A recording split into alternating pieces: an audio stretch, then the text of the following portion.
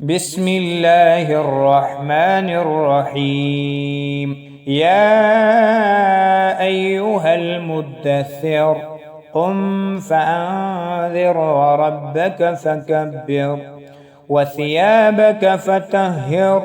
والرجز فاهجر ولا تمنن تستكثر ولربك فاصبر فإذا نكر في الناقور فذلك يومئذ يوم عسير على الكافرين غير يسير ذرني ومن خلقت وحيدا وجعلت له مالا ممدودا وبنين شهودا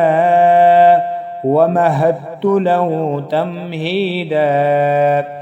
ثم يطمع أن أزيد كلا إنه كان لآياتنا عنيدا سأرهقه سعودا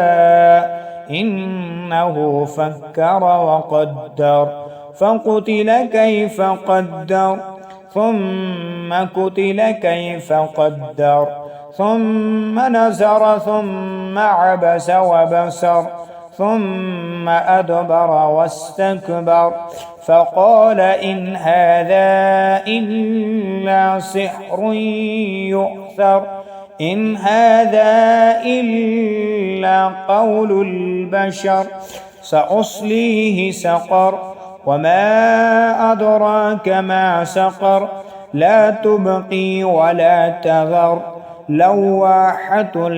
للبشر عليها 19 وما جعلنا أصحاب النار إلا ملائكة وما جعلنا عدتهم إلا فتنة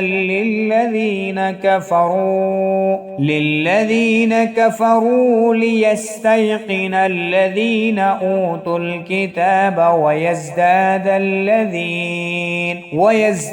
الذين آمنوا إيمانا ولا يرتاب الذين أوتوا الكتاب والمؤمنون وليقول الذين في قلوبهم مرض والكافرون ماذا أراد الله بهذا مثلا كذلك يضل الله من يشاء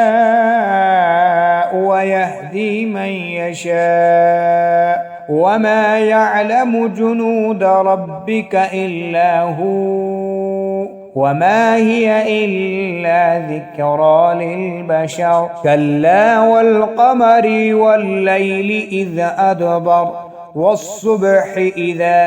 أسفر إنها لإحدى الكبر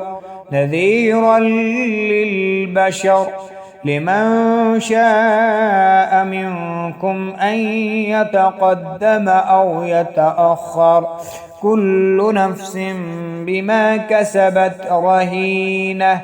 إلا أصحاب اليمين في جنات يتساءلون عن المجرمين ما سلككم في سقر قالوا لم نك من المصلين ولم نك نطعم المسكين وكنا نخوض مع الخائضين وكنا نكذب بيوم الدين حتى أتانا اليقين فما تنفعهم شفاعته الشافعين فما لهم عن التذكرة معرضين كأنهم حمر مستنفرة فرت من قسورة بل يريد كل امرئ منهم أن يؤتى صحفا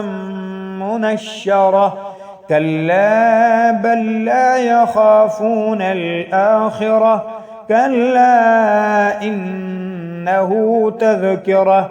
فمن شاء ذكره وما يذكرون إلا أن يشاء الله